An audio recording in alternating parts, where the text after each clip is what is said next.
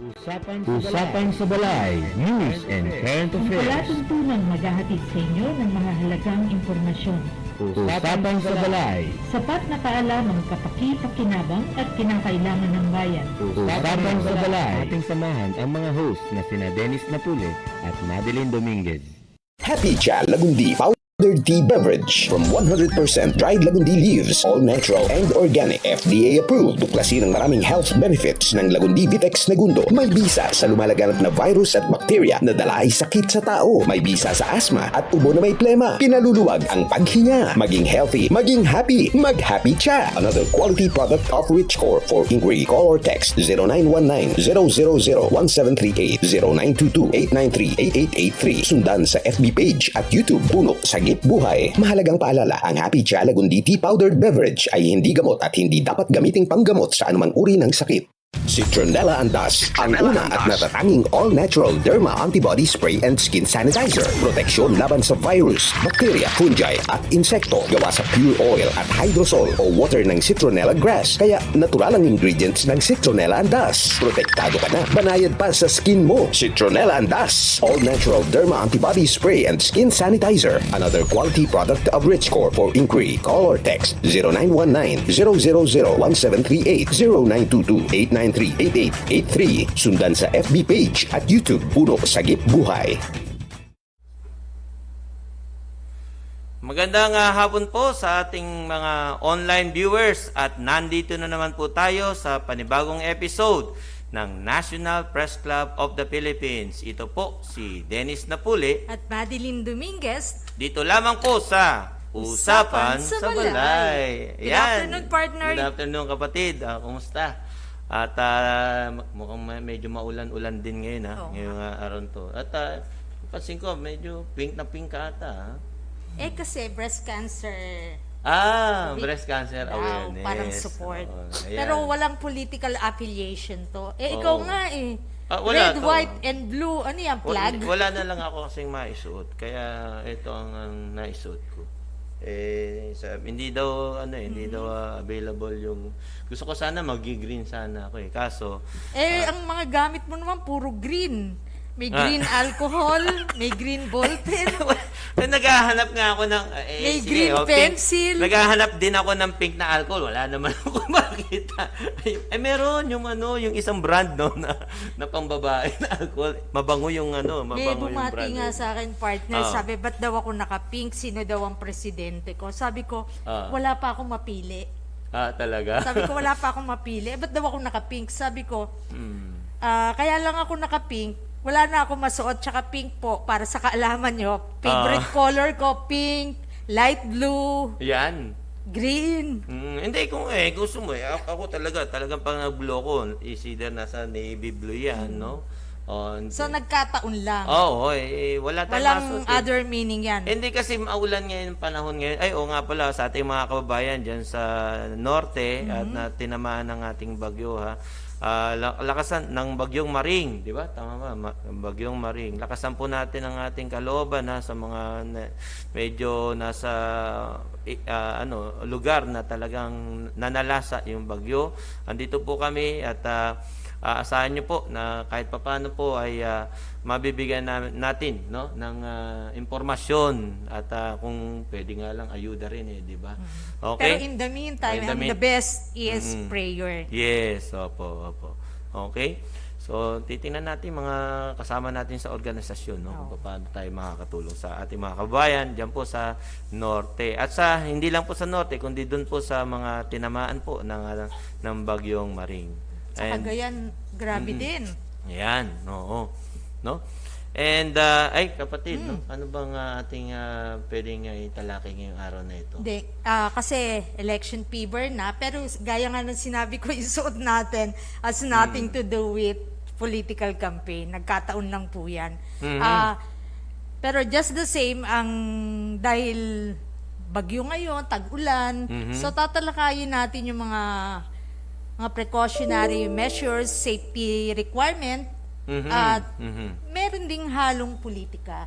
kung saan mamaya makakapanayam natin yung dalawang guest natin. Aha. Una, si Ginoong Eric Napule, yung presidente at CEO ng Company 316. Pamilyar sa akin yan, ha? Fire and Safety, Dallas, Texas. Ka-apelyido mo, kaano-ano mo kaya ito? Pero mas mukhang pogi siya eh. Brad, mamaya papakilala ka namin niya. Tapos makikita nyo na, hindi, makikita mo na kung talagang affiliated sa akin, di ba? Oo.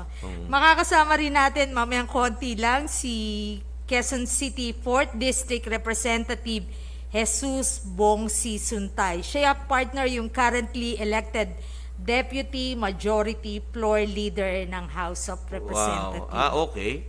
Siguro sa second Oo, portion ng program. Yes, Unahin natin oo. si Sir Eric kasi si Sir Eric sa ibang bansa po ito ang linkage natin. Ang link natin is Sa Dallas, sa Texas. Dallas, Texas. At isang karangalan po ng National Press Club na makapanayam natin si Ginoong Eric Napule kaugnay Yes. sa mga safety measures na isinasagawa sa Dallas na pwede nating i-apply ngayon. Correct. Yung mga disaster risk reduction program.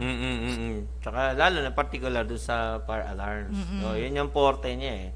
And kasi kapatid, nung nakaraan may sunog doon sa MRT.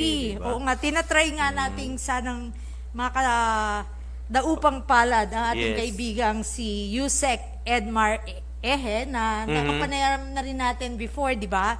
But sa dami ng mga query at saka medyo siksik din yung list ng mga Siyempre. guests natin ngayon dahil pinaunlakan natin yung request ng iba na At saka cover mag-politics niya yun na rin eh, tayo. Diba? Cover niya Oo. yung pagpapaimbestiga doon sa nangyaring So, diba? Aksidente. Kaya nga partner, so yung mga viewers po ng National Press Club, usapan sa balay, sa mga susunod na araw, kung may mga ibang topic kami, rest assured na meron din po kami mga guests na mga politiko. Okay. Kasi yun yung mga nire-request din nila eh. Ano ba ginagawa ng congressman ko? Bakit ka tatakbo? Aalamin natin yan sa second portion ng program. So in the meantime, unahin na natin para makapahinga na kasi alam ko madaling araw sa Texas. Oo. Makakapanayam po natin si Ginoong Eric Napule, ang presidente nga at Brad. CEO ng Company 316 Home Fire and Safety, Dallas, Texas. Good Yeah. afternoon, Sir Eric Napule.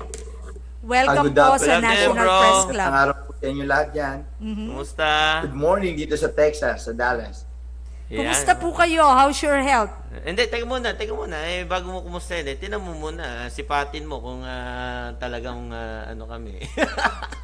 Mas pogi nga siya. Ah, No relation, ka-apelyido. Sige kapatid, pagbibigyan kita mamaya.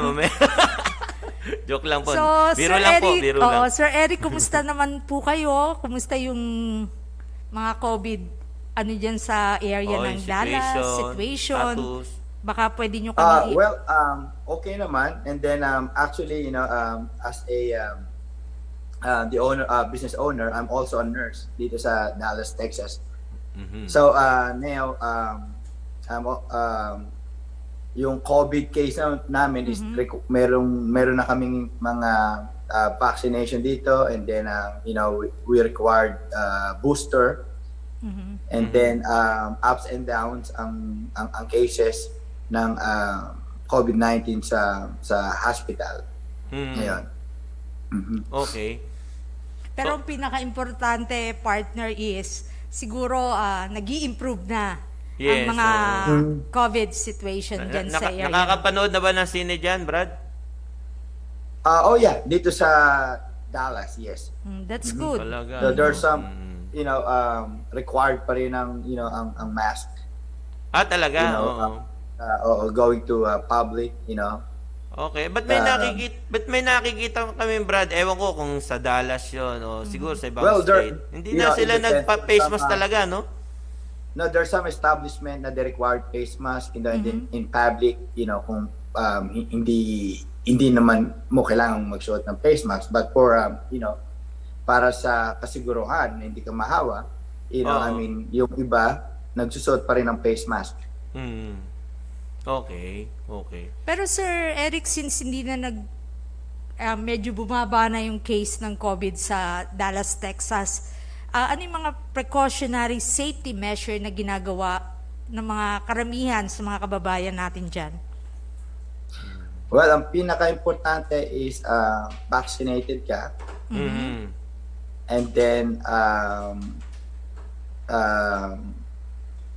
naka-wear pa rin ng face mask, you know. Mhm. And then, kailangan pa rin you are very self-conscious about, you know, going outside. And then, you know, kapag meron kang nararamdaman, so you better stay home.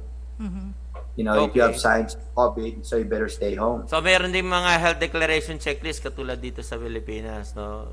Oh, yeah. Mhm. Okay. At least ano pa rin, no? Ano pa rin talagang ang tawag doon, aware, no? Aware pa rin yung mga yung community diyan, no? At syempre mahirap din na maging complacent, no, kapatid, Yeah. no? Maging kampante, no, Brad? Mahirap din baka mamaya hindi natin alam, mayroon panibago pa lang umiikot na variant, di ba? Yeah. Anyway, So, tungkol dun sa yung sa fire alarm, no? Ano ba tong company ng ano itong company mo? Company 316? Tama ba? Yes. Okay. Ano mo nga, medyo may idea na ako dito, no? Pero para sa kabatiran ng ni Director Mads, no, at ng ilang mga online ng mga kababayan natin nanonood ngayon at syempre sa lahat ng members ng National Press Club of the Philippines ko. Brad, ikwento mo nga ng konti itong kumpanyang itinayo mo o yung kinaaniban mong grupo. Okay. Yung company namin dito sa Dallas, you know, kami mag-asawa nagtayo, ang pangalan is Company 316 Home Fire Safety. Kaya po 316 is because nakuha namin yung pangalan sa Bible verse. We are Christian Catholic. So nakuha namin sa Bible verse na John 3:16. You know, and then for God so loved the world, whoever believes in him will not perish, but will get a life everlasting or eternal life. So, yun ang pinaka-importante, di ba? And then, basically, ang ginagawa po namin is susupply ho kami, nag-install kami, nagbebenta ho kami ng high-quality fire alarm system sa residential. Okay? So, it's a lifetime warranty, and then ang gamit po namin dito is high-quality yung mga features para siguradong protektado yung buhay ng pamilya sa lahat ng klase ng panganib ng sunog na pwedeng mangyari sa bahay. Ayan. Kapatid, baka may... Just recently lang, partner, kasi nagkaroon din ng sunog dito sa Pilipinas, somewhere in South. Ano po ba, Sir Eric, yung pwede mong i-share na best practices para sa safety measures sa mga bahay? Bukod syempre, Residential. oo. Normally kasi sir, 'di ba? Meron man tayong mga fire extinguisher. Other than that, Mayroon ding mga sprinkler. oo nga. Other than that, ano po yung maisa-suggest nyo para makatulong sa kahit hindi siya fire prevention month kasi March po dito, pero magpapasko na kasi we expect marami na namang Possible, no? Oo. Kapatid, no? Kasi maraming pasensya na, hindi naman lahat ng kababayan natin bumibili ng tawag doon, yung High certified. class, oo, o kaya tsaka certified certified. na mga fire mga Yeah. appliances, no? Sa Christmas tsaka decor. yung mga Christmas lights. Yan, Oo. naku po. Hoy, sa ating mga kababayan kailangan merong certificate yan ng DTI at saka ng tawag dito, ICC. Oh, yan ha. Tingnan niyo po yung mga So, bibili. Sir Eric, ano yung maisi-share mo sa amin para doon sa mga viewers namin, alam Yes. nila yung dapat gawin na paghahanda? Yes. Yeah.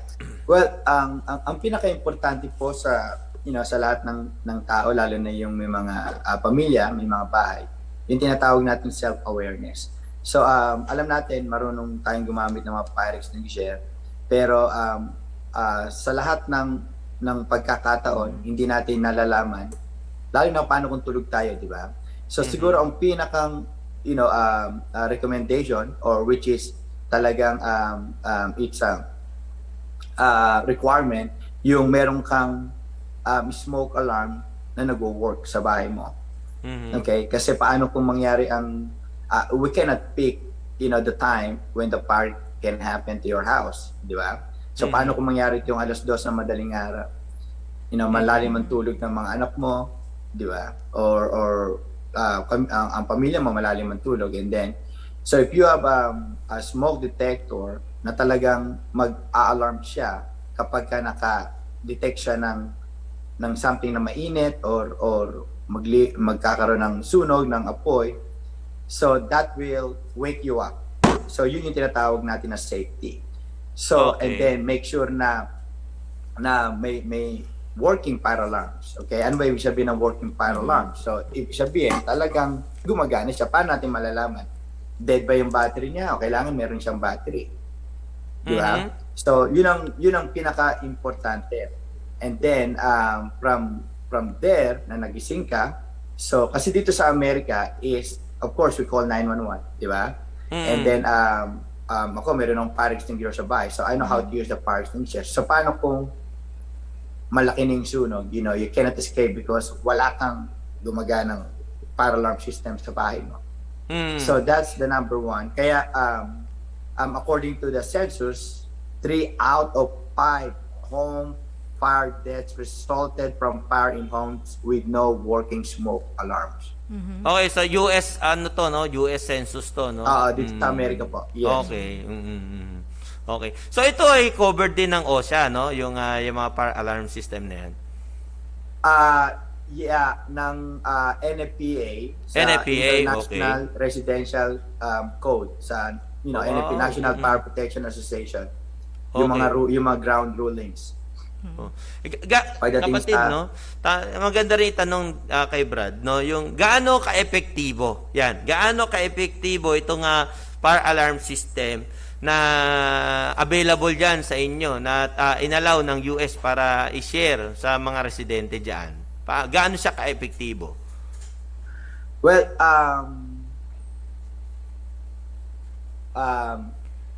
siguro pagdating sa katulad niya ng sinabi ko sa yung sinabi ko sa yung census kanina, na yung mga meron pa rin mga pangyayaring namamatay ang mga tao sa sunog.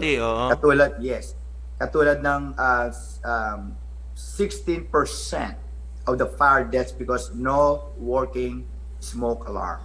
Okay? So now according to yung mga nabibili sa sa market, so merong 35% failure rate. When you read the warranty card, and then 55% of failure rate pagdating sa research. Oo. Kasi so dito, now ngayon, sorry ma-interrupt lang kita. Medyo maganda yung alam ko naman yung sa basic dun sa detector. Pero para sa kabatiran ng ating mga manunod, kapatid, no? Kasi dito sa atin, halimbawa katulad sa atin, meron tayong smoke detector, no? Tapos sa mga ibang industry, syempre sa kusina, merong flame detector at meron din nga mga heat detector sa mga generator, mga ganon, no?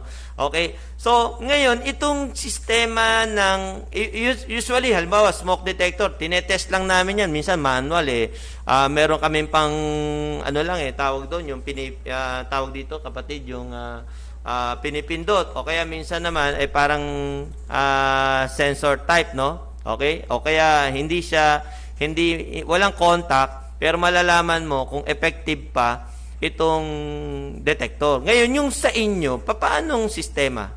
Paano yung sistema ng smoke detector? Ano ba yan? May pan-detect ba ng carbon dioxide? May pan-detect ba siya ng carbon monoxide? Carbon monoxide. O may pan-detect siya ng may range ng temperatura, mga ganon. And then, paano yung sistema? Pwede mo bang elaborate yun para sa kabatiran ng ating mga online viewers? Yung smoke fire alarm system namin is unang-una, kaya nasabi kanina na 41% of fire just because people they don't have no smoke alarm, and then 60% of fire just because of they don't have a no working smoke alarm.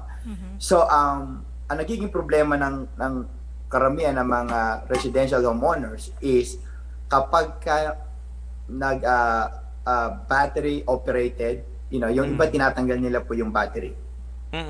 So pag tinanggal nila yung according to census again, as of 2018, smoke alarms they have a disconnected battery.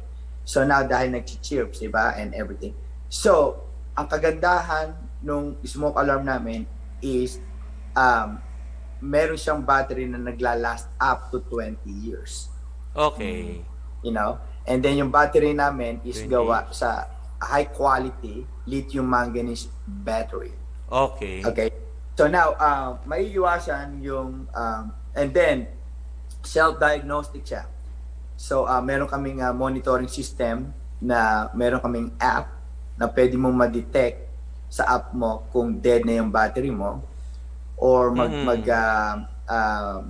magsasend ng notification through LED light. Oo. Yung sa aming Oo, system. parang alert, no? Parang alert. I-alert ka talaga. So very very aggressive, high quality yung profiling ng fire alarm, because we save lives, and that's our first missions. So to prevent to prevent the cause of growing numbers of people killed na namamatay po sa fire, sa Yes. residential home fires. Oo. Okay? So now, on the top of that, meron kaming ang connection namin is kapag nag-alert ang isa, nag-a-alert ang lahat. Okay? And then meron kaming bed shaker na konektado sa system na mag-shake ang bed kung malalim ang tulog mo, and then talaga mag-iingay siya. Hanip, So it's a very good system, and then it will save the life, from day one na meron ka in-install mo sa bahay up to forever, because of the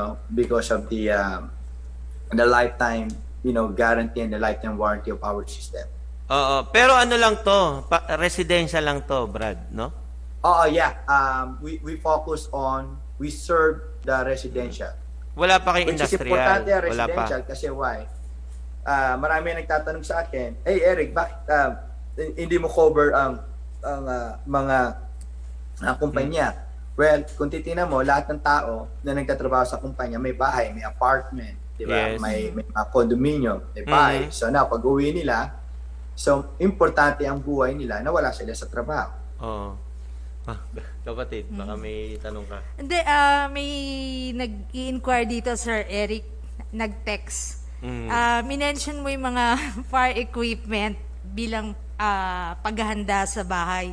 Alam naman natin, lalo na dito sa Pilipinas, pandemic, maraming nawalan ng trabaho. Yes. Meron ka ba daw maisasuggest na ibang measure na they don't need to buy ng mga, syempre, imbis na ibibili ng mga fire extinguisher, uunahin mo na yung pagkain, lalo na marami nawalan ng trabaho. Totoo po yan, totoo. So, any other suggestion po, Sir Eric? Oo, kasi hindi, siguro tingnan din natin muna yung presyo ng mga ganong klase ng fire alarm system, no? Oo. Sige, kapatid. Well, katulad ng sinabi ko kanina, pinaka-importante ho yung self-awareness, yung pag-iingat, di ba? Like 24/7, making sure na wala tayong mga nakasaksak na pwedeng maging cost, katulad ng mga Christmas light, di ba? So, making sure na aware tayo, ano ba yung mga bagay na pwedeng maging cost ng sunog. Yung mga hazard, Diba? na? Kung wala Hazard tayong- kung tawagin. Yes, mga fire hazard. So now ngayon, education. May mga pre-education online, or they can Google up. Yeah. At saka yung mga bagay na binibili nila sa bahay nila, importanteng tingnan nila kung ito ay mga fire hazards. Okay. Oo. Kasi lalo-lalo na pagluluto, 'di ba? Dito sa Amerika is uh, kitchen fire is number one cause of house fire or residential fire here. So, making sure na kapag nagluluto ka, hindi mo nakakalimutan. Kandila. Sandali lang, kapatid, kapatid na Mads, direct. Siguro mas maganda, kasi medyo kinukulang tayo sa oras, pero maganda yung dinidiscuss ni brother. No? Okay, siguro ganito, pwede mo bang pakita sa amin kung paano yung gagana yung fire alarm system? Meron ka bang sample o meron ka bang presentation diyan o kaya diagram diyan?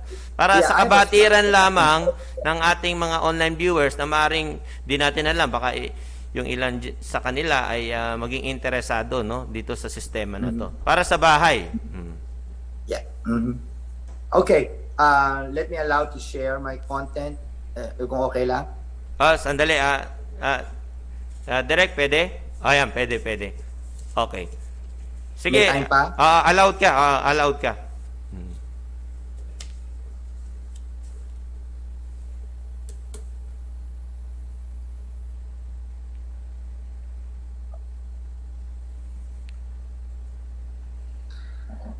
Okay, so ito yung yan. Ito yung smoke fire alarm system, yung home safe network namin. Okay, so kung makita mo sa diagram, sa figure, meron kaming smoke, meron kaming heat, carbon monoxide, tapos meron kaming comlink, ito yung nagmo-monitor bed shaker, and then kasama din yung water sensor namin. Sandali, isa-isa natin may smoke, may pan-detect ng smoke, may pan-detect ng heat, may pan-detect ng carbon monoxide, correct? Yes. Okay.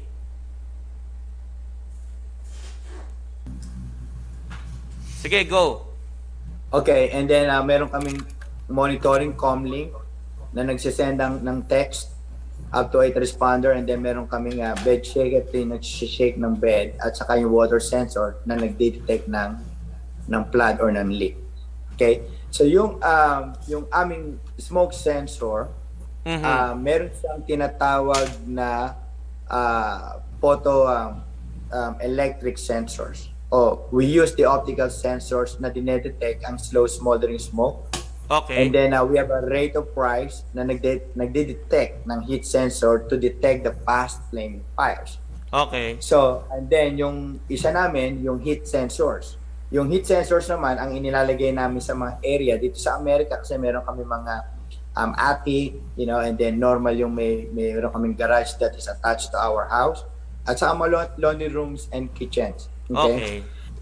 So, and then we can set up yung heat sensors namin sa iba't ibang temperatura. Yung 117 degrees sa kitchen, 47.2 sa Celsius, and then 135 degrees sa garage, which is 57.2 Celsius. Pag kinonvert mo, 175 sa attic, which is 79.4. Okay? So kapag sumobra ang na-sense na init nito, yan yung parameters namin, ano? So mag-a-alarm siya. Okay? And then pag nag-alarm ang isa, mag-a-alarm ang lahat ng iyong detector. Okay? So yung carbon monoxide naman namin, dinidetect nito yung pinakadelikado pwede mangyari sa bahay mo is carbon monoxide poison. Bakit? Kasi lalo na sa mga appliances, may mga gas kami dito sa Amerika, mga bahay namin, di ba? Because we use gumagamit kami ng mga ng mga appliances na pwedeng merong mag-cause ng carbon monoxide, di ba? At saka lason yun. At lason yun, at saka heater, during cold season. Okay. So now, dinidetect nito kaagad ang carbon monoxide poison na kapag meron leak, hindi naghihintay ng toxicity level bago siya mag-alarm. Okay? So now, ang susunod is our sensors, they are wirelessly interconnected, meaning when ano yan? Bluetooth ba yan? Bluetooth? Yes, infrared. Yes. IR, okay. Yeah. And then wired in alarms stay with your house, but because ours are wireless, you can take them with you if you move. So pwede mo itong dalhin kahit saan, you know, o kapag lumipat ka na ng bahay. So now, the minimum code replaces smoke alarms every 10 years. Our life safety sensors, we meet that code and we go up a step up further by using a 20-year battery. So all our OmniShield sensors have 20-year lithium manganese battery. What this means is no more climbing ladders and then changing the batteries. Okay? And then ito yung sinasabi ko kanina, yung bedside control. Bedside, oo. Kapatid, nagsishake, oh.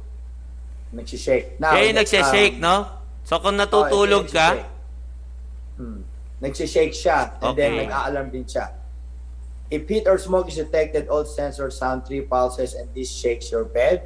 Hold the bed shaker and then pop in your hand and press the test button to the smoke sensors and you will see what I mean. If carbon monoxide is detected, all sensors sounds 4 pulses and this shake your bed.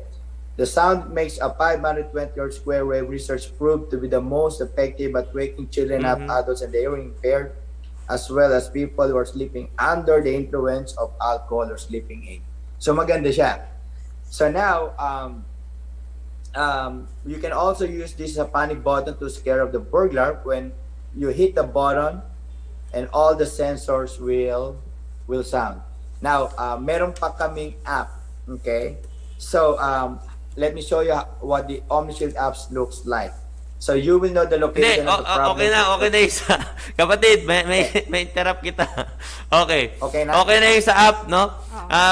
Kasi talagang grabe, no? Talaga yung teknolohiya, no? Ay nag-improve na, kapatid, no? Isipin mo, meron palang ganyan, no? Na pwede natin magamit para makaiwas tayo, makaiwas tayo sa fire at saka sa, siyempre, unang-una, yung kamatayan, kapatid. Alam mo, nung nakaraan sa Tondo, last year, namatay, dalawang matanda, walang kalaban-laban. Di ba? Kasi ang aksidente, sa totoo lang, sa ating mga online viewers, ang aksidente po, naiiwasan. Hindi yung ginawa ng Diyos, ha? Wala hong totoo yun. Hindi ginagawa ang aksidente.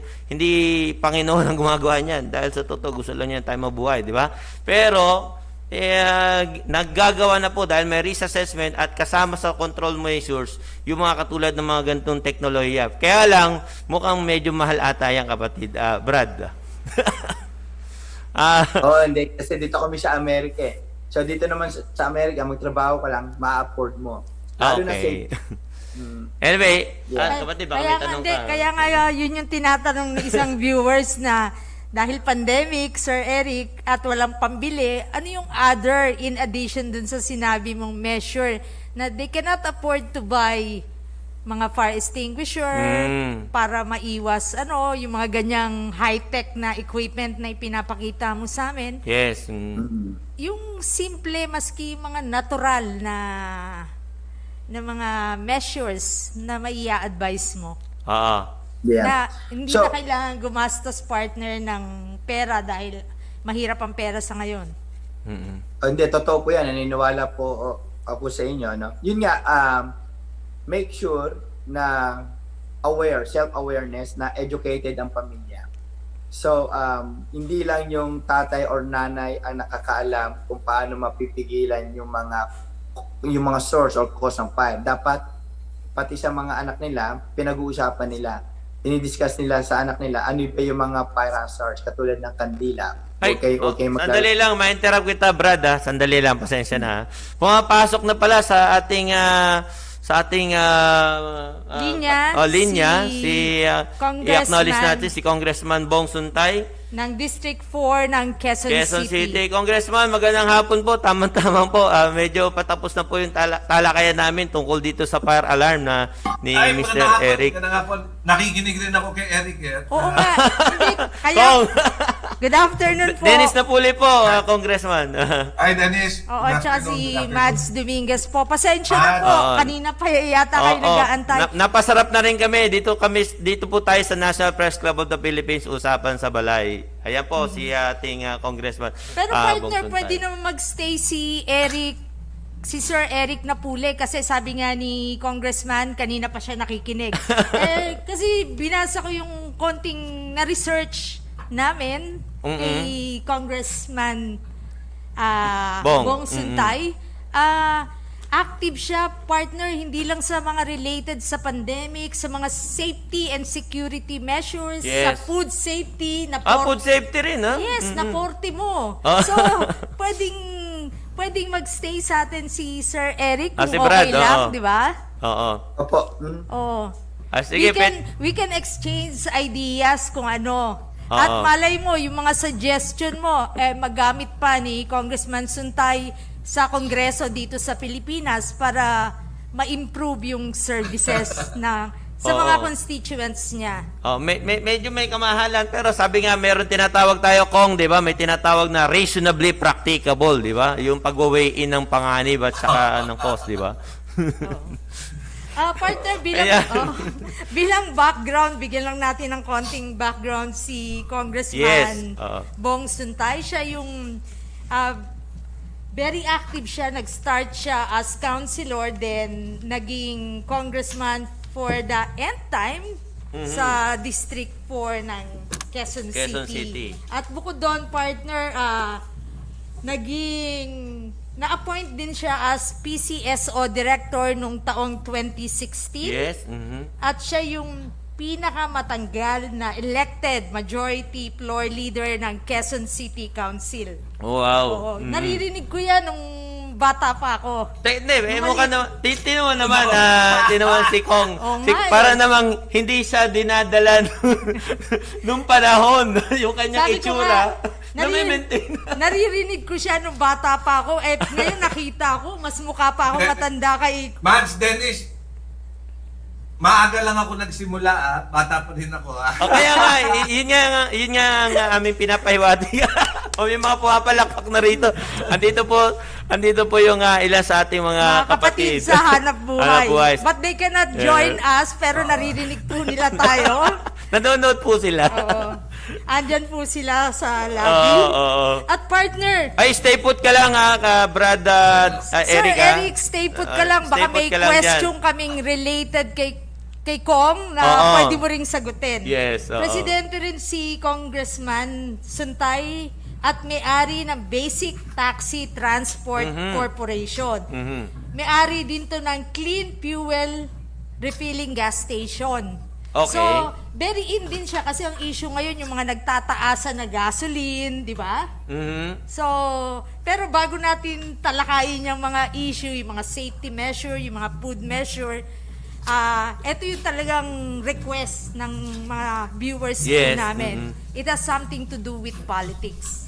Okay. So, yung mga viewers, Pero paalala lang sa ating mga online viewers, Sige kapatid. share and like Usapan sa Malay National Press Club. At saka po, ang National Press Club of the Philippines ay apolitical. Hindi po kami nag-endorse ng kandidato. Kami po ay nagbabahagi ng mga impormasyon na kadalasan po ay siyempre po Very educational. Yes, educational po para po sa inyo. Ayan. At kung nakapink po ako at nakabalimbing Kulay lang yan, kapatid. red, white, blue, na may green pa. Hindi ko wala po kaming ini-endorsong presidente. Nagkataon lang po yan. Wala kaming masuot. Alcohol, green, di ba? Tapos ang ballpen, green. Tapos ang suot kung hindi ko naman kasalanan to, Brad Eric, di ko kasalanan na napasuot. Wala nang masuot Sabi ni Mrs. Yan ang isuot mo. Wala na akong magagawa. Tapos penging ballpen, ito daw ang ballpen ko. Wala na akong magagawa. Green na ballpen. Ayan. So partner, hindi na natin patatagalin. Yes. Pabatiin muna natin si Congressman Bong Suntay sa mga viewers na ang dami na rin nagsha-shoutout dito. Lalo na sa 4th District. Oo. Okay. So nais ko lang batiyan siyempre lahat ng viewers ng ating usapan Sa Balay. Press Club, usapan sa Balay ng National Press Club. Magandang araw po sa inyo lahat. Siyempre, lalong-lalo na sa mga kadistrito ko sa 4th District ng Quezon City. Magandang hapon sa inyo lahat. Ayan. Oy, nasa Quezon City at sa 4th District.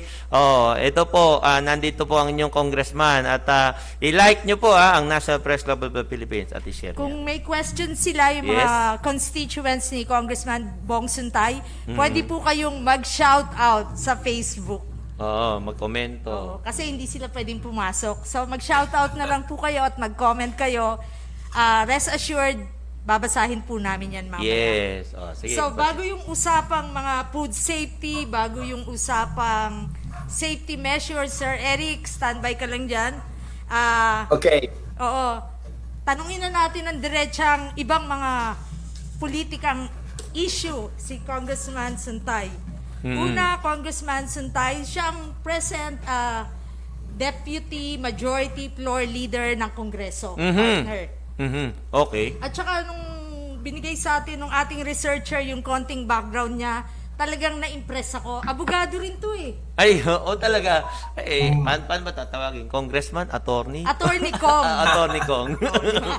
Attorney Kong Bong Suntay. Okay. So, Attorney Kong, since ang tagal-tagal nyo na sa politika, hindi nyo pa ba nasilbihan ng gusto ang constituents nyo? Bakit tatakbo pa kayo uli? Well, Mads, I served for 5 terms sa Quezon City as a city councilor kung saan nga tayo nagsilbi as one of the longest serving majority floor leader ng Quezon City Council. And then after I ended my 3rd term, noong 2016, hindi ako and I was na-appoint tayo ng Pangulong Duterte sa PCSO. In fact, posisyon na in-offer sa akin, kasama na yung magiging head ng CHESA, yung Tourism Infrastructure Economic Zone Authority. But at that time, I had to say no to the President kasi alam mo, sabi ko, hindi ko makita yung sarili ko doon sa departamentong yun dahil hindi ko makita kung paano ko matutulungan yung mga constituents ko sa Quezon City Quezon City pag nandito ko. So again, nung nagkita kami ng Pangulo, then sinabi niya, saan? Sabi ko, gusto ko doon sa posisyon kung saan makakatulong ako sa tao. And naisip niya, PCSO. So, ginawa niya akong director at tinanggap ko naman dahil alam mo, di ba, pagka dito sa atin, pagka merong nangangailangan yung walang pambayad sa ospital, sa PCS, actually pumupunta, humihingi ng tulong. So, sabi ko, pupunta at madami ako matutulungan tao pag nandun ako. So, after habang nandun ako, I decided noong 2019 na sige, tatakbo na lang akong congressman doon sa distrito ko. Dahil alam mo, madami pa tayong gawin. Tamang-tama, it was the time na patapos na yung term ni Speaker Belmonte and naghahanap rin siya ng tao who would be most qualified to serve and continue his term. Alam mo, sa kanya yung distrito at gusto niya, ipapalit sa kanya would be the most qualified. So, naisip akong tumakbo. At tayo naman ay pinalad para maglingkod. So I'm actually, this is just my first term, my first term sa Congress. Akala lang ng iba na matagal na ako sa Kongreso kasi nga nagugulat sila dahil nahalala tayo bilang Deputy Majority Floor Leader sa Congress which seldom happens dahil bibihira yung congressman na sa kanyang ikaunang termino na nahahalal bilang Deputy Majority Leader. Kaya madaming nag-aakala na matagal na tayo doon. First term pa lang natin. Actually, 2 taon pa lang tayo na doon. Okay. Kung ang maganda po yung maganda po yung sa nakikita namin yun na track record no. Pero sabi nga yung ating mga kababayan lalo na sa inyong distrito ay maaari maghanap ng mga resibo, 'di ba? Minsan nga baka hindi pa enough yung mga impormasyon, no? Yung mga meron naman kayong mga IEC rin, 'di ba? Baka hindi pa nila nalalaman, eto na yung pagkakataon may tanong po para sa inyo. Ang tanong ay ano yung naiambag mo no bilang congressman noong nakaraang hindi lang nakaraan kundi hanggang sa kasalukuyang pandemya na masasabi nating naging epektibo para sa ating mga constituents. Okay, first of all, alam mo, simula nung tumama itong pandemya na ito, halos araw daan-daan tao yung nagpupunta sa bahay serbisyo, yun yung district office ko, yun yung pangalan ng district office ko dahil wala tayong ginawa kundi magbigay ng serbisyo, kaya naging bahay serbisyo ng tao yung ating tinutulungan. Madami kasing sumusulat sa atin, nanghihingi ng financial assistance, medical assistance na patuloy natin tinutugunan at nakilala na yung tayo at yung tanggapan namin na talagang kung saan sila makakakuha ng tulong. But even before the pandemic, alam mo, I filed a House bill which was approved by Congress, by the Senate, and signed by the President. That was the law. It's now a law which increases the bed capacity of East Avenue Medical Center from 600 to 1,000. So kung makikita mo ang problema natin ngayon, especially itong panahon ng pandemya, is actually the lack of yung medical facilities. Madaming mga tao whether nagka-COVID o nagkakasakit ang hindi maipasok sa ospital dahil kalamitan puno yung ospital. Nakita natin yon nung una pang pagkaupo ko sa Congress, kaya I immediately filed the bill. So next year, alam mo, magkakaroon ng bagong building ang East Avenue, madadagdagan ng doktor, medical personnel, nurses, at of course equipment, dahil from 600 magiging 1,000 na yung bed capacity na yan. And napakadaming tao makikinabang niyan dahil nga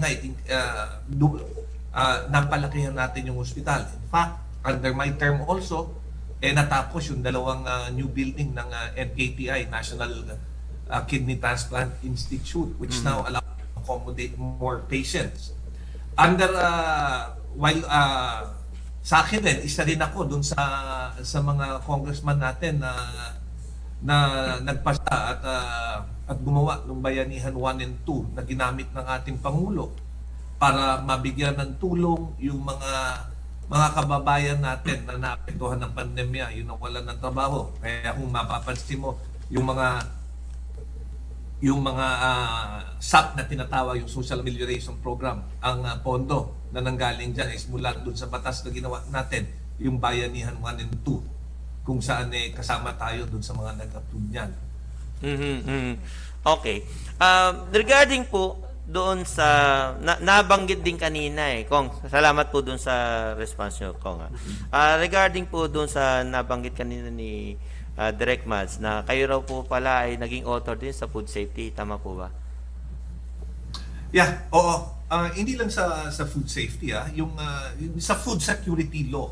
Okay. Kasi ang kailangan natin is yung a stable supply ng pagkain para sa ating mga mamamayan. And that's why yung Food Security Act, we were one of the authors niyan. In fact, hindi lang yung Food Security Act pati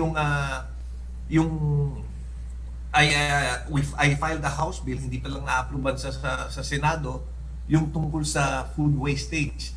Alam mo, di ba yung mapapansin mo may mga restaurant tayo kagaya ng mga McDonald's, ng Jollibee, na at the end of the cycle, dati yung natirang nalutong pagkain na tinatapon nila So, ang ayaw natin mangyari, sayang naman dahil madaming tao ang pwede pang makinabang nung pagkain na hindi naman sira, na luto naman, na pwedeng ipakain doon sa mga taong mahihirap. So, gumawa tayo ng batas na yung mga pagkain na yun, imbis na itatapon, there would be a food bank na pagdadalan or merong kukuha sa kanila para may to doon sa ating mga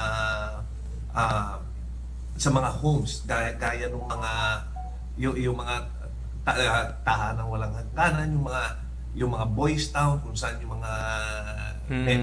mga dependents na inaalagaan. Pero yung po bang batas na yon, naging batas na po ba siya? Na-approve na po ba siya, Kong? Yung food security, oo, naging batas na yun. Okay, oo. Pero yung sa recycle ng pagkain, hindi pa? Hinihintay pa natin sa Senado. Kasi ang iniisip ko, Kong, meron din tayong, di ba, Food Safety Act of 2013. Tapos yung pag-adapt nga ng mga best kapatid, no, yung Food Safety Act of 2013. And then, baka hindi kaya magbanggaan yung dalawang act na yun? Because it actually amends it. Dahil as you stated earlier, alam mo, gusto nating kunin is yung best practices not only in our country pero sa mga ibang bansa. And as we observe, yung best practices sa mga ibang bansa, napaka-importante na ma-incorporate din natin dito sa ating sariling lipunan. We should not waste our time reinventing the wheel. If something works in other jurisdiction, and there's a possibility that it will work in our jurisdiction, then di ba, hindi natin. Okay. Oh. So, anyway, maganda po kung makikita natin ang paano yung proseso. Anyway, paano yung pinaka-proseso nun? Halimbawa, sample lang kong, merong tirang pagkain, for example, kanin at saka Ano chicken, yan? Yung sa for food example. security o yung wastage yan? Doon po sa yung leftover. Ano yung leftover? Kagaya ng nabanggit ko, there are restaurants before, kagaya yung ang kilala-kilala niyan dati would be McDonald's. Ang ginagawa nila, especially nung hindi pa 24 hours yan eh. Kasi yung pagkain, dahil fast food yan, luluto na nila. Yeah. Then at closing time, may mga matitira dyan eh, na hindi na... Na hindi na i-serve. na hindi na i-serve. Okay. Ang gagawin nila dyan, dahil naluto na nila yan, itatapon nila. Okay. Oo. Tapon. Tama. Kagaya yung mga, alam mo, madami tayo, kagaya yung French baker natin. Gusto mo yung mga tinapay is hotly served, yung bagong gawa. Tapos nun, hindi naman pwede yan pagka may natira dahil because they bake it hindi naman minsan kadalasan nauubos yan pagdating ng gabi. So yan, dinidispose nila yan eh. So imbis na itapon ang food which is still edible, we want to have an agency na nakukolekta sa kanila. Okay. Yun naman, di ba? Yun naman gagamitin natin para na mapakain. Okay. Na walang kakayahan o bumili ng pagkain. Okay. Or kaya yung mga taong mga nasa orphanage, di ba? Okay. So, ibig sabihin, kaklaruhin lang po para sa kabatiran ng ating mga online viewers. Hindi po yung binabanggit ni Kong Asuntay, yung mga tira-tira na, di ba, kumain ako, tapos may natira, tapos yan ang mamimigay. Hindi po yun, Tama po ba, Kong? Tama. Hindi ito yung tira-tira. Yung partner fresh pa siya. Kasi gaya nga ng sinabi ni Kong, pagka yung mga French baker, tsaka ibang mga store na nagtitinda ng tinapay, pagdating na alas 5, alas 6, nagsisale na yung mga yan eh. Ang dami. Kunyari, nabibili mong 150 isa. Pagdating ng may certain time, pagdating na alas 5, alas 6, buy one, take one na. Pero kahit ganun nila isinisale yung mga product, marami pa rin natitira. So, hindi. Kasi importante rin, kapatid, tama ka eh. Tama ka, si Kong, no? Yung kasi baka mamaya yung terminology na leftover, ma-misinterpret nila, Kong. Di po ba yung definition? Oo. Tama. Thank you for clarifying that. Opo. Yan sa ating mga kabatiran yung leftover ho kasi sa karaniwang mga tao po ko, iniisip nila yung kinanan mo, yung plato mo, may natira, yun yung leftover. In fact, I'm sure, alam mo, si Eric dahil sa Amerika, madalas yan mangyari. At even groceries, yung mga nila, yung mga frozen foods, dumadating yung time na, tinatapon yan. Tinatapon, kasi, Brad Eric, di ba, ganon, kailangan itapon na, no? Yes, ito kasi grabe yung tawag dito, grabe yung mga infection control. Tsaka yung multa. Ang laki ng multa. Yes. Wag hindi sumunod. Salamat po, Kong. Salamat, Brad Eric. Brad Eric. Sige, kapatid. Sir Eric, Kong, may question ako pareho para sa inyong dalawa. Kasi napag-alaman ko rin, Congressman Suntay, na nagpasayata, hindi ko alam kung naipasa na to, kayo ng isang sa Kongreso na regarding sa emergency preparedness and response capabilities. Okay. Oo. So, para ma-avoid yung mga control, prevention sa mga sakit, tsaka sa safety measures na pwede nating i-correlate kay Sir Eric. Sa part naman ni Sir Eric, ano ba yung sa tingin mo, Sir Eric, na yung pinresent mo kanina, pwedeng i-apply sa Pilipinas tungkol sa mga fire safety alarm? Then after mo, tatanungin namin si Congressman, ano ba yung nilalaman netong batas regarding dun sa modernization ng health emergency preparedness? Yan. So, Go ahead, Sir Eric. Brad Eric. Okay. Yeah. Well, actually, yung aking smoke alarm dito, yung aking kumpanya, is talagang ang aming mission is to protect and then save lives. Okay? So now ngayon, syempre kung halimbawa, kung meron kang mga ari-arian, di ba, sa Pilipinas, and then yung pamilya mo, so syempre, gusto mo, una sa lahat, maprotektahan mo ang safety ng pamilya mo, di ba? Buhay. So, yes, yung buhay ng pamilya mo. Dahil baliwala lahat ng mga ipon, baliwala lahat ng mga yaman natin, kung may mangyayari sa pamilya natin dahil hindi natin napagandaan yung mga bagay na na pwede magkaroon tayo ng sunog sa bahay, di ba? And then magkaroon ng mga accidental carbon monoxide. So yeah, I mean yun lang siguro ang masishare ko na kailangan isipin natin yung safety, ang buhay ng pamilya natin. Okay. Thank you, Sir Eric. Thank you, Brad.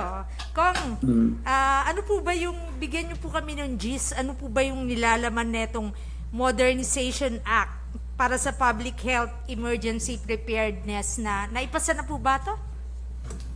Well, nasa amin sa House na naipasa na yan, but it's in the Senate now at pinag-uusapan yan. It's just yung Modernization Act in health preparedness. Kasi kung makikita mo, kagaya nitong pandemya na nangyari, nagulat tayong lahat. Diba? Hindi tayo, no one was prepared. In fact, dito sa atin, natin mahagilap kung saan kukuha ng vaccine, hindi natin alam kung paano gagamutin yan. Tapos nun, kailangan pala ng mga respirator, kailangan ng oxygen, hindi rin tayong handa. Kasi masyado tayong nagiging reactionary And it's about time na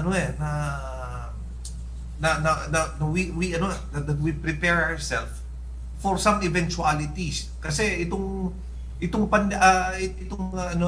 mga pandemic na ito, kung makikita mo, it reoccurs. Parating may nangyayari na ganyan, even during the olden times. Naalala mo dati sa Europa, yung Black Plague. Tapos noon, there was a time yung nagkaroon naman tayo ng pandemic sa measles. Tawag natin, di ba? Sa Spanish flu. Spanish flu. Oo. But hindi tayo handa. So it's about we have an office that prepares for such eventuality. Ano po yung House Bill number, ano ba yung kapatid? House Bill. Hindi. Hindi ko memoryado yung House Bill number Anyway, ano po yan? Kino-cover niya rin po Kong, yung tawag dito, yung lahat ng mga control measures, risk assessment, mga ganun ba? Kasama yan? Pati yung... Well, yes. Kasama yan. Okay. Oo. Kasi kasama yan. kung naalala natin, no, para sa kabatiran ng mga online viewers, 'di ba, Kong, meron tayong Republic Act 11332 'di ba? Actually, yung nakalagay doon, epidemic pa 'yun 'di po ba? Pang-epidemic. Kaya lang inadapt na lang natin dahil nga emerging infectious 'di po ba? Para sa emerging infectious diseases, yung response, no? So, siguro tamang-tama kung meron pa tayong mga house bill para masusugan o kaya madagdagan pa, no, yung protection, lalo na eto nga nung nakaraang taon, akala nang natin isang strain lang ng virus yung, 'di ba? And alam mo, Dennis, Mads, ang problema natin ito kaya ngayon, for the past 2 years, itong 2020-2021,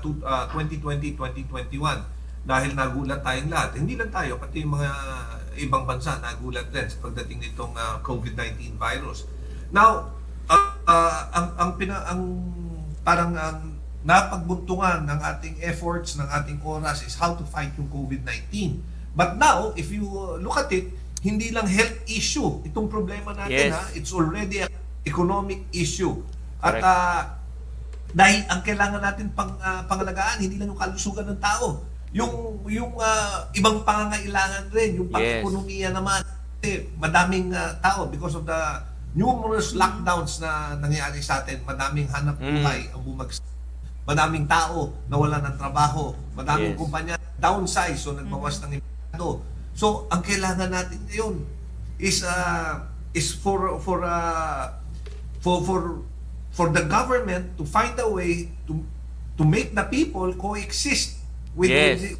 yung existing virus natin. Alam mo, sa gaya sa Amerika, sa Japan, sa Spain, sa Italy, binuksan na nila eh.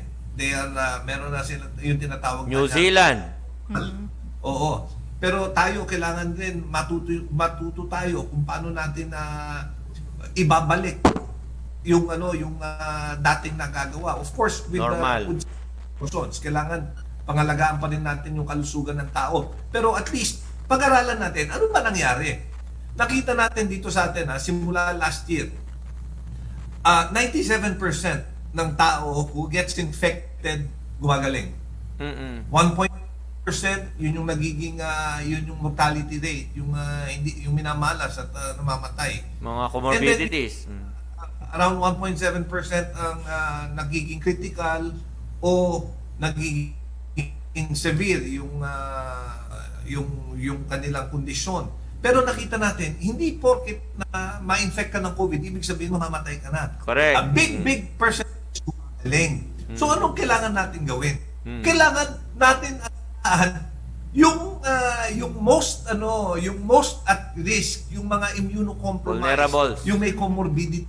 Yes. Yun yung kailangan natin alagaan. And then itong mga lockdown, yung mga lockdown was imposed not to prevent yung COVID, but merely to slow down the spread. Mitigation. Bakit kailangan to spread? Kasi hindi handa yung mga hospital natin eh. Dahil kulang tayo sa hospital, kulang tayo sa mga gamot, kulang tayo sa mga medicines na kakailanganin ng mga pasyente. So what do? We have to expand the healthcare system. Yes. We have to more equipment, more medicines. We have to hire more doctors, more nurse. Yan yung kailangan natin gawin, di ba? Para pagka merong tao na kailangan ng hospital care, may papasok natin sila sa hospital. Then at the same time, mabuksan ulit natin yung ekonomiya, yung mga estudyante, maibalik yung face-to-face class. Alam mo, kawawa naman yung mga estudyante natin. Napapansin ko dahil dito sa online schooling, yung mga nanay na lang ang tumatalino. At saka lumakas din po yung online gaming. Alam mo, minsan nag-iikot ako doon sa isang barangay Kong. naabot ako isang nanay. Kong, Brad Eric, hindi lang yung online na schooling, online gaming lumakas din po. Ay, paalala lang po sa ating mga magulang gabayan po natin ang ating mga anak at baka napapasobra naman sila sa online gaming. Oo, partner. Kailangan ibalik na natin yung face-to-face classes dahil alam mo, gagaya sa mga bata, learning is not only derived from yung mga modules o sa mga tinutulong ng teacher. Yes. Importante rin yung interaction Yes. ng kabataan Psychomotor. sa ibang kaklase because it develops social skills. Importante rin yun. Oo. Yung mga yan. Tama. 'Di ba meron tayong tinatawag na oral sa learning, 'di ba? Matututo ka sa oral o kaya visual o kaya kinesthetic ba yung isa? Totoo yan. Ayan, o kaya psychomotor, right? Ayan. Partner, alam mo, bukod doon, actually, ang dami pang mga pinasa at tinatrabaho ni Congressman Attorney Bong. Hindi ko alam kung paano Attorney ko tatawagin Kong. Attorney Kong. Bong na lang. Kong, tamad. Sorry Kong, biro lang to Kong, tamad ka pa niyan Tamad ka pa niyan. Biro lang po yun. Ay, sa mga mamayan ng 4th District, masipag. Kaya kasipag ang inyong kongreso. Pero siguro, partner, bago tayo magtanong pa kay Sir Eric tsaka kay Attorney Kong, Bong Suntay, Magsha-shoutout muna kami, natambakan na kami. Stay put lang po kayo dyan. Ang dami ho kasi nito, baka magreklamo na kong. Mga fans At yata saka ni Brad, Congressman ko. Ang dami na rito, Basa Hindi ko na kapatid. yung iba na lagpasan baka nandyan sa Basa, mo, kapatid. No? Basa ako kay ay Mads, pakikumusta kay Kong Bong Suntay. Salamat. Toots Papa. Ayan, yan ang Congressman Jesus Bong Suntay. Walang tigil sa pagtulong sa Distrito 4. Mabuhay po kayo, Congressman Jesus Bong Suntay. Kong, para sa inyo yan. Thank you. Galing kay Maraming Alma salamat Sichua. talaga. Thank you Pilit po, natin Ma'am Alma. pinabubuti yung serbisyo para sa inyo. Ayan. At kay Bea Jimena Espiritu, may point si Kong Bong. Before nag-work ako sa donut shop, yung donuts may so-called shelf life. Pero itatapon na namin. Pero actually, makakain pa yon. Galing po kay Miss Bea Jimena Espiritu. Ayan. Tapos yung si Sir Edmond Pangilinan, condolence po sa family ni journalist Anthony Hiron. Condolence po. Pumanaw na po siya. Si Anthony Hiron, partner, is kasamahan natin to sa Manila Bulletin. Okay. May dagdag si si Bea Jimena Espiritu. Sabi niya, may food lang na sobra sa production na pwede pang kainin. Ito yung dinidiscuss natin, yung kanina. leftover, di ba? Nag- Thank you po, Ma'am Bea. Sabi niya, kaya imbes na itapon, pwede pa rin ma-save. Ay, shout out kay Miss Charis Labugen. Ano natin to Suki natin suki yan. natin yan, no? Kay Miss Alma, Miss Alma Sichua, yan si Kong. Walang tigil sa pagtulong sa Distrito 4. Yan. Maraming Mabuhay salamat kayo. po sa Salamat po, tulong Ma'am nyo. Alma. More power po, Congressman Jesus Bong Suntay. Galing kay Alma Sichua. Ang mga tiga-emergency ER ng Philippine Children's Medical Center sa pangunguna ng ating nurse na kaibigan na si Peter Christian Salbalyon, nakamonitor din. Nakamonitor din magkasama to Nabasa mo na ba yan? lagi to. Jericho Libre? Jerry. Congressman Jesus Bong Suntay, serbisyong suntay, serbisyong tunay. Wow, okay siya sa Yan, ha? Oo. magka-rhyme. Ay, shout out kay Miss Ann, no? Miss Ann. Yan, magkakasama to si Miss Charis Labugen. Teresita Casio, the best congressman. Ayan. Maria Bettina Obispo is also watching. Tapos, nabasa mo na to. Si Toots Papa, pakikumusta po ako kay Congressman Bong Suntay. Ay, Toots, magandang, kumusta? Ingat lagi. Nakamonitor po si Toots Papa sa atin. Si Toots partner, kasamahan ko rin to sa Rotary. Ibang group lang siya ng Rotary. Ay, bati na rin natin itong mga sila, happy birthday. Naku, dami nitong Dami birthday, nga Happy birthday, Prosecutor Mario Luna ng Antipolo City. Happy viewing kay Doc Olive Mendoza ng Doc Olive Skin Medica and Staff. Okay, happy viewing kay Miss Wendy M. Molina ng Old Baguio Cafe. At kay Miss Meldy Flores ng Fremont, California. Kay Mr. Rainier Ronda, President ng MERPO. Or Rizal, Eastern. Nagko-cover sa Eastern nag-cover area. sa eastern parts of Metro Manila. At kay Kingston Ronquillo ng Metropolitan Trial Court Mandaluyong Branch 99. At kay happy viewing kay Yusek Alvin Feliciano. Ay, salamat po Thank Yusek. you, Sir Yusek Alvin, sa pag-entertain sa amin. Sarap nung sarap ba yun? Sarap nung Mga kakanin. kakanin. May bibing ka ba doon? Salamat po sa kakanin. Happy viewing kay Rosel Lopez. At kay Elizabeth Constantino sa Key West, Florida. Ano to, Rotarian din, di ba? Oo. Okay. Regular viewers din natin yung happy partner. viewing kay Pangulong Jan Labrador ng Sustainable Agricultural Rural Advancement or SARA, S-A-R-A. Happy viewing kay Attorney Cap Leo Ferrer ng Barangay UP Village. At Regular suki din natin yung mga tiga-UP Village. Oo, kasama niya sila Attorney Ernie Salaw, no? Hindi, Hindi, tiga-Polytechnic yun, PUP. Oo nga, ito. Polytechnic University. Pasensya na po. Kahit may salamin, parang mukhang kulang pa rin. Si Juliet Villarino, partner, Baloro. Hi po for sa everyone. Yes. Tapos yung si Vince David, kahit forever po maging congressman, si Congressman Attorney Bong Suntay, Wow. okay na okay lang po yan sa amin. Iyan.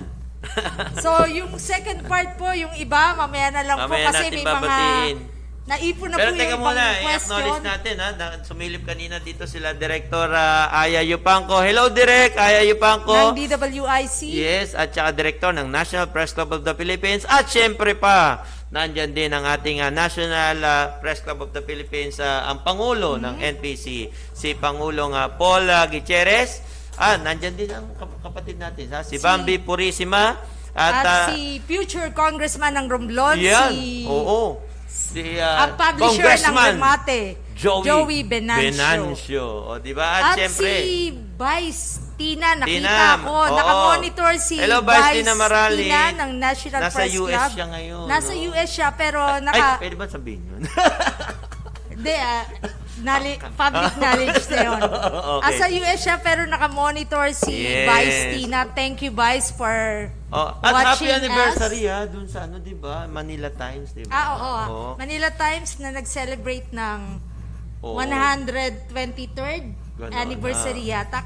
Uy, The other day, mag-anniversary na rin tayo, di ba? oo. National Ang Press National Club of Press the Club din po Philippines. mag-anniversary na sa October 29. 20. 29, no? Oh, So, ilan na tayo? 69. 69. Ayan.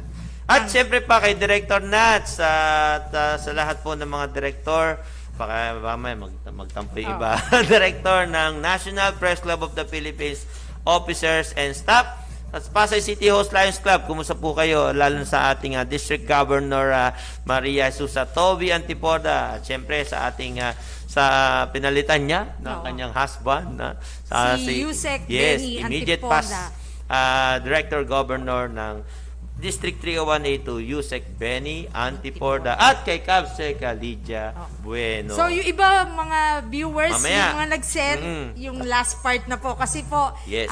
may mga question po para kay Sir Eric at kay Congressman Attorney Bong Suntay. Suntay. Nahirapan ako. Hindi ko alam kung attorney gagamitin ko o congressman o Hindi, simplihan mo na lang. o pagsasamahin ko eh. Mamili ka na lang. Sabi ni, di ba kung mamili ka?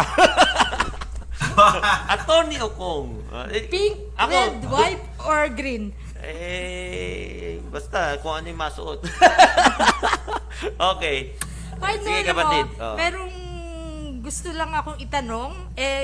Yung question na gusto ko itanong, it so happen na may nagtanong din. Okay. Siguro nagko-cover to ng Congress, pero ayaw na niya ipasabi kung sino tong kapatid natin sa hanap buhay na nagpapatanong. Okay. Meron daw pong pinasang batas si Attorney Kong kaugnay dun sa, eto, di ba, nung height ng COVID, maraming nadidiscriminate mga nurses na, na Oo. hindi pa sasakayin o kung nagre-renta ka, paaalisin ka kasi may COVID ka. Yun ang meron palang yun pinasato si Attorney Kong na nagpo-provide ng kaparusahan or penalty dun sa mga rent Nandidiscriminate. owners, Nandidiscriminate, mga lessor, oo. Oo. Ano, approve na po ba yon or what? Yes, actually, that was approved. In fact, it's already law kasi kung mababalikan natin during nung 2000 early parts of 2020 nung panahon na takot pa lahat ng mga tao dito sa COVID na ito at talagang ang akala nila pagka na-infect ka sigurado ka. Madami health workers ang nadi-discriminate because they were being accused of being carriers or exposed to mga infected na mga pasyente. So there was a time na pag pauwi sila, hindi sila pinapapasok dun sa kanilang lugar, yung sa, di ba? Sa flat nila o kaya sa labas. apartment. Pagka pupunta naman sasakay naman sila dun sa mga pampublikong sasakyan, ayaw silang pasakayin. These are people na kailangan natin pasalamatan. These are frontliners instead of, di ba? Of discriminating them. Ito, yung kailangan natin talagang tulungan dahil malaki yung naging contribution na. In fact, ngayon, nakikita natin na malaki yung contribution. But we're not only talking about frontliners. We're also talking about yung mga ordinaryong mga tao na na-infect. Katrabaho sa ospital. na pinipilit na, kunyari, sa isang lugar, sa isang apartment building, pagka nalaman nila infected, pinipilit na. Kunin yan, ilabas yan dito sa building. Walang kumausap. That's why, kasama si Congressman Kit Belmonte, we filed that House bill which was approved. Now, in fact, alam mo, meron pa akong i-file na isa pa, yung comprehensive anti-discrimination bill na lahat naman na hindi lang yung para dito sa mga na-infect ng mga COVID, pero kasama napapaloob din doon yung mga rights ng mga LGBTQ, yung mga racial discrimination. So, pero sayang hindi ko hindi pa lumalabas sa Kongreso dahil there was a time nung ako yung chairman ng Committee on Human Rights, naidala ko na sa floor. I was defending it sa floor, sa plenary deliberations. Hindi lang natapos yung debate, and then after that I had to give up my chairmanship ng Committee on Human Rights because dumami na yung trabaho ko as Deputy Majority Floor Leader, so hindi ko na natutukan yun. Okay. Anyway, at least Kong, nagiging kampante ang ating mga frontliners dahil nararamdaman nila, may sumusuporta sa kanila at hindi lang yun, katulad ng mga magbe-benepisyo ng mga batas katulad ng anti-discrimination ng kapatid, no? Sa ating mga online viewers, wag ho na tayo mag-discriminate ng ating mga frontliners at saka yung mga nagkasakit na parang pinandidirihan po. Meron po tinatawag na clearance. Di ba, Kong, no? May clearance naman na kung, lalo na yung mga dati na nagkasakit, di ba? So, ito nga, minsan, di ba? After mga 1 week, yung mga kaibigan natin, no? Na kaibigan na gumaling, di ba? Hindi, wag naman nating ipakita na parang dirin-diri tayo sa kanila dahil yan po, meron din pong mental, hindi po natin alam ang kanilang pinagdaanan. May mental health issue din po yan. Tama po ba, Kong? Di ba? So, alam mo, totoo yan. In fact, because of this pandemic, alam mo, yung data coming from the DOH would show na ang daming tao na nagkaroon ng depression because of discontinued yung prolonged pandemic natin, yung mga prolonged lockdowns. This has affected a lot of people. Yung mga kabataan dahil hindi nakakalabas, madami sa kanila, yun nga, nagkaroon ng depression. Yung mga matatanda, pati mga matatanda na apektuhan nito, hindi naman matatanda, alam mo yung mga dating mga padre di pamilya, yung mga breadwinners, dating may trabaho, tapos nung napapakain nila yung mga anak nila, then they found themselves na, dahil sa pandemya, nagsara yung pinagtatrabahuhan nila. Now, ang problema nila kung paano bubuhayin yung pamilya. Yes. Nagkakaroon din sila ng depression. Ang daming epekto talaga nito. That's why, ako, alam mo, pinipilit ko talaga, we have to go back to the way we were. Siyempre, yung new normal, pero kailangan na natin buksan yung ekonomiya, kailangan hayaan na natin yung mga tao lumabas with certain precautions. Kailangan buhayin ulit yung ekonomiya.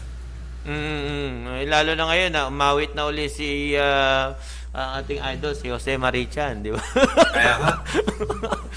Anyway, kapatid. Hindi. On my partner, kay Kong, meron pa akong 2 katanungan, pero meron akong last na katanungan kay Sir Eric. So, kay Sir Eric, bilang, kasi alam naman natin, due to pandemic, gaya nga ng dinidiscuss natin kanina, Sir Eric, nagkaroon ng problem, marami nawalan ng trabaho.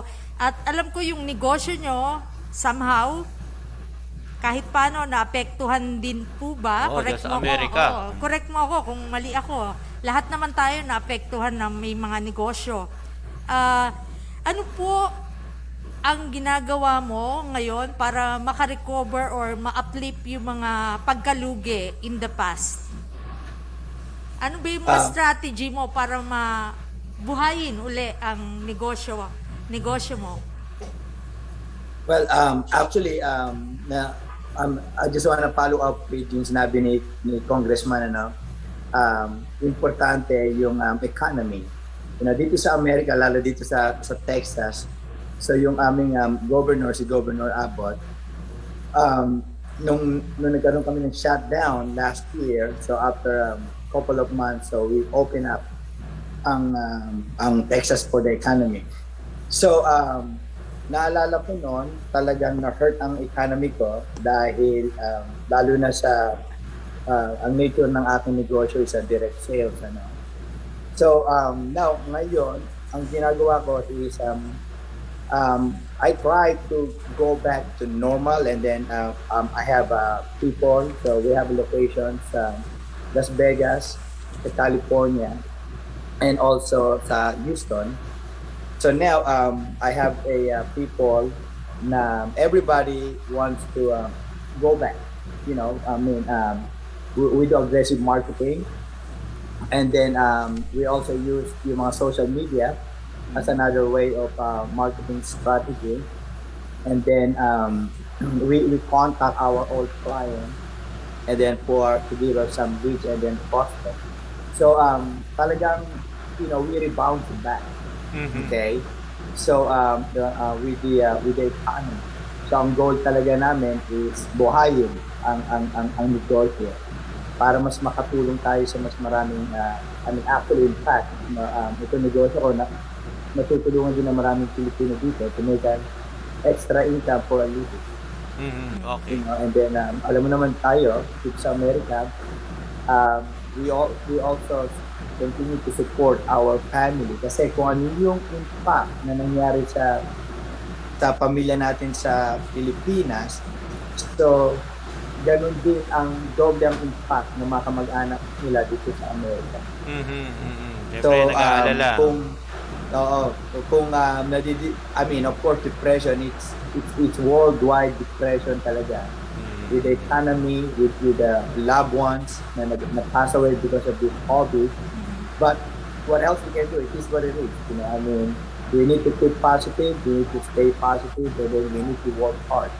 Yung sinasabi niya. Basta positive views lang, hindi positive sa COVID.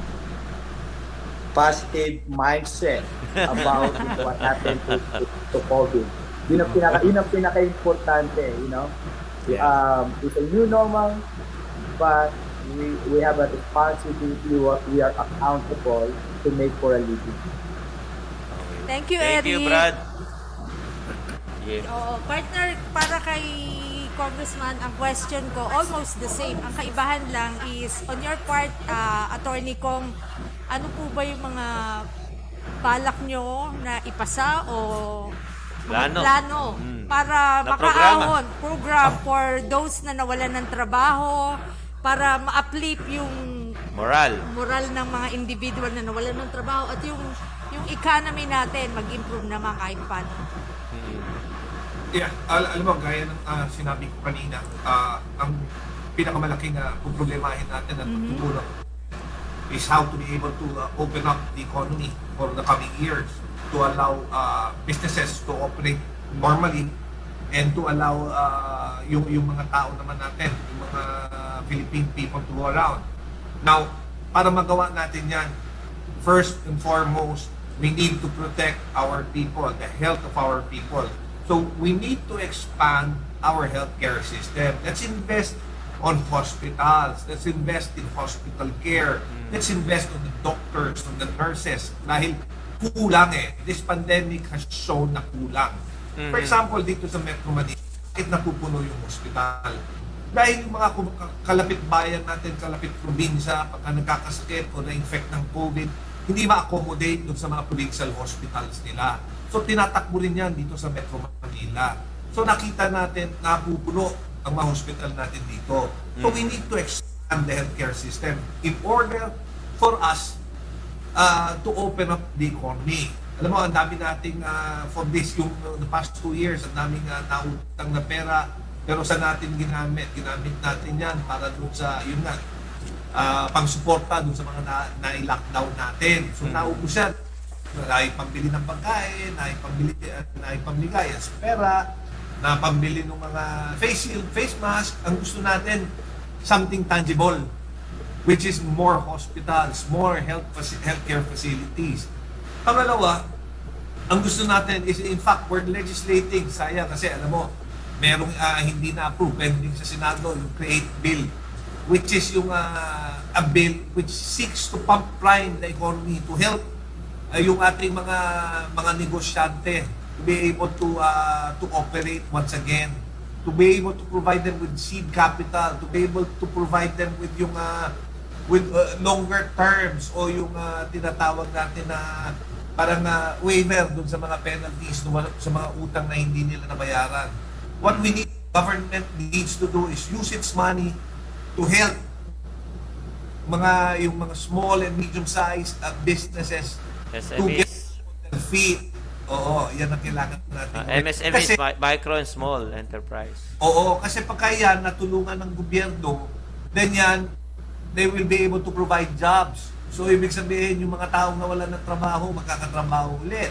At pagka yung mga negosyo kumita, then may pagkukunan na ulit ng buwis yung gobyerno na ipapalit naman ulit para dun sa mga services na binibigay. It's a cycle di ba? Kaya, para ma-achieve mo yan, kailangan protektahan mo yung mga tao. Siyempre, madami natatakot, baka magkasakit, baka ma-infect ng COVID, anong mangyayari sa kanila. Then, the healthcare facilities should be ready. We should have the medicines needed na kakailanganin nila. We need to vaccinate people. Diba? More people. We need to vaccinate more people. We need proper contact tracing. Alam mo, yung nakakaawa sa atin. After 2 years, wala man lang tayong unified na talagang contact tracing app. Pag pumunta ka, bawat isang lungsod may sariling contact tracing app. Maglalakad ka lang, kunyari, galing ka sa San Juan, magtatawid ka lang na Mandaluyong. Ibang contact tracing app na. O kaya, pupunta ka ng Quezon City. So, paano mangyayari yan? We need Correct. a unified contact tracing app. At saka wala pa ako nabalitaan National, kung na penalize dahil nagsinungaling sa sa checklist. Kaya, Wala pa ako Parang nabalitaan naging na ministerial penalize. sa Oo. 'Di ba? Hindi naman dahil sa mga kababayan natin hindi naman para gusto natin magkaroon ng penalty. Kaya lang ang pagpapasunod o ang pagkakaroon ng tawag to panuntunan o programa, kung merong mga magsasawata, anong tawag doon? Yung yung mga pasaway, meron pong karampatang parusa po yun. Nakalagay naman po yan sa batas. Di ba, Kong? May batas naman, di ba, para sa pagpaparusa. Oo. So, Partners, Yes? stay put lang po, Attorney Kong, tsaka Oo. Sir Eric. Magsha-shout out po muna kami Oo, uli. oo. Sinisenyasan kami dito kasi ito yung Oo, mga overtime na raw. ito yung mga regular na supporter natin kaya hindi pwedeng hindi natin basahin yung mga greetings nila. Natatakot na nga, nag-overtime na to, baka daw hindi na sila mabanggit. Oo. Sige kapatid, ikaw Happy na. viewing kay Kagawad Janet Infante ng Barangay UP Village. Happy viewing kay Ma'am Lilibeta Petillan ng Department of Science and Technology. Happy viewing kay Lion Bicay Aquino. Kay Tita Rose Lara, hello Mami Rose, happy viewing. Happy viewing kay June Organista ng Hawaii. At saka kay Rotarian Sis Josie Cabasada at Jotila. Happy viewing kay Liza Rolly ng San Juan, Melissa Perez. Yes, at kay Pangulong Jun Merino, life-changing president ng RCLH, Loyola Heights, no? Rotary Club. Yung mga taga UP Village, kina Attorney Cap, Leo Perer, At happy- Wendell. Yes, at happy viewing sa sa mga regular viewers from Rotarian, ang great empowered ladies ng Loyola Heights Rotarian Club, sina Sis Jotila, Doc Olive, Doc Mendoza, Doc Claire Martinez, Cynthia Papa, at past President Loida Benedicto.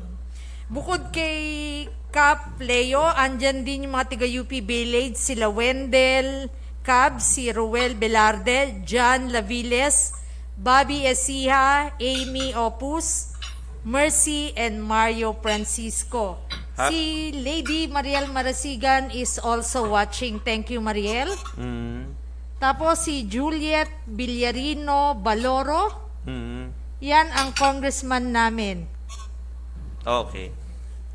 Happy viewing kay Engineer Tito Oyet Agustin, President ng Kiwanis Kamuning and one of the founder ng Camp Pagkakaisa Volunteers Caring for Special Children. Happy viewing din kay President Joseph Uyching ng Pasay City Host Lions Club. Sa Antipolo po, nagdiriwang po ng kaarawan ngayon si Prosecutor Mario Luna. Good afternoon and happy birthday po. Happy viewing din kay Attorney Miguel Ventura at ng MVP Manuel Ventura and Partners Law Firm at kay Christopher King Laman ng Occupational Safety and Health Center. So partner, wala na tayong oras. Hinga na lang natin ng last few words si Sir Eric Yes. at saka si Attorney Kong kung At meron saka, kung meron silang kung meron silang ipa-plug, kung meron kayong announcement. or contact numbers, Oh. Lalo na dun sa dun sa para alam May niya, panawagan sila sa mga Saka kay constituents nila at sa part naman ni Sir Eric, kung meron kang gustong advices na i-announce for the benefit ng mga viewers natin, feel free. But after po yung magbigay ng mga announcement or public service, stay put lang po tayo, may group picture po tayo. Yan, para may presentation tayo sa anniversary natin. Ayan. So, Sir Eric, go Unahin natin ahead. Si Brad Eric. Unang-una, maraming salamat po sa inyo, Mr. Dennis and then Miss Madeline. Of course, inyo po, Congressman Bong Suntay. Nice to meet you. Nice to see you and meet you in virtual Zoom. Okay, so ako po ay humingi ng ng magandang araw po sa inyong bumabati ng magandang araw sa mga viewers. And then what I can say is always remember the first misconception of home fire is it won't happen to you. Kala ng marami, hindi po yan mangyayari. Pero pagka nangyari, sabi nga kasabihan ng ating mga magulang o ating mga unang panahon is di bali ng manakawan, wag lang masnugan. Wag na rin, ayaw na rin natin manakawan. Ayaw na rin natin manakawan ngayon. So mag-iingat lang po tayo and then making sure na meron po tayong tinatawag na preventive measures and then responsibility po ng bawat mamamayang sambayan ng Pilipino o kahit dito po sa Amerika na protektahan po natin ang ating pamilya at ang ating bahay regarding po sa mga sakuna, sa sunog, sa baha at saka yun lang po. So we have to be Ano kanila self-aware. kukontakin kung sakaling may mga online viewers tayo, may mga nanonood na baka Okay, meron po akong website. Actually, i-update ko po yung website ko mamaya. Is at www.company316.com. And then we have also a web page sa Facebook, Company 316. And also I have a Facebook profile, Eric Napule. My phone number is 214-535-7910. Magandang araw po sa inyo lahat. pakiulit mo Brad yung number mo. 214-535-7910. Ayan. Ayan po sa ating mga online viewers. Yung Salamat. mga naka-monitor partner na nasa US ngayon, Yes. pwede kayong Kumontak direct. kay Sir Eric Napule. At saka may Sir Eric, Or, thank I you very forgot to do much. my email. Company316hs@gmail.com. Ayan. I'm sorry. Okay. Thank you very much po sa time. Stay put ka lang dyan, Brad. Oo. Mm. May group picture tayo. Okay. Tapos Congressman Attorney Kong, Suntay. Dennis, maraming salamat sa imbitasyon na naibigay niyo sa akin to appear dito sa ating usapan sa balay. At siyempre sa mga kadistrito ko, napansin ko madaming mga nanonood at nakikinig mula sa UP Village. So, Oo, dami mong fans ako. Ang Leo Ferrer, yung mga taga UP Village natin dyan. Sa Teachers Village din, si Kagawad Juliet Baloro. Doon din, nakita kong nakikinig rin siya ngayong araw na ito. Doon sa mga constituents ko, alam niyo naman, araw-araw tayo na umiikot at talagang walang sawang tumutulong sa ating distrito. Makakasa kayo sa patuloy na serbisyo mula sa inyong lingkod. Hindi lang sa pamamagitan ng mga ginagawa natin pagbibigay ng assistance, pero most especially in the form of legislation. Alam mo, kailangan ng policy direction na magmumula sa ating mababang kapulungan ng Kongreso dahil yan talaga yung kakailanganin natin for in the coming years to help our economy open up again at siyempre para patuloy na makapagbaba tayo ng mga buluhan, kumpleto at pangmatagalang proyekto. Makakaasa kayo na ang inyong lingkod, Congressman Bong Suntay, laging nandito para sa inyo. So, mabuhay kayo lahat at mag-iingat lagi. Maraming po salamat, Kong. Kong, stay put ka lang dyan, ha? Mag-group picture pa tayo. Ayan. Pero partner, bago tayo magpaalam, may May mahabol, mahabol kasi sino? Jocelyn Delfinado Navarro. Yan ang super congressman namin, 24/7 duties and responsibilities, 100% nagagawa lahat. Congressman Bong Suntay lang ang malakas. Yan. Gal- Grabe, ha? Galing naman kay Juliet Villarino Baloro, yan ang congressman namin. Subok na po talaga, ang daling lapitan, isang tawag lang, sagot agad. Number 1 sa ayuda ng Distrito 4. Si Cap Vincent Saab, nakamonitor din ngayon. Thank you, Cap. Si Tess Abuyuan, no? Yan ang tunay na congressman. Jesus Bong Suntay ko. Super sipag at super bait. Congressman, talagang chinat niya to eh. Love you po. Galing kay Tessa Abuyuan. Ayan po. And happy viewing kay Mariel Marasigan. Ayan. Ay, So, naku. partner, wala na tayong Oo nga, oras. no? O, sa ating mga online viewers, sana po ay May mga humahabol pa. Last na lang to, si Tess Sige. Abuyuan. Yan, nabasa ko Nabasa na. na natin yon. Super sipag at super bait po yan. Uulitin mo yun, ha? O, sige, ulitin mo, kapatid. Yung love you po. dalawa. Love you po. Love you po. So, wala na po tayong oras. I love you po sa lahat ng viewers na usapan sa balay.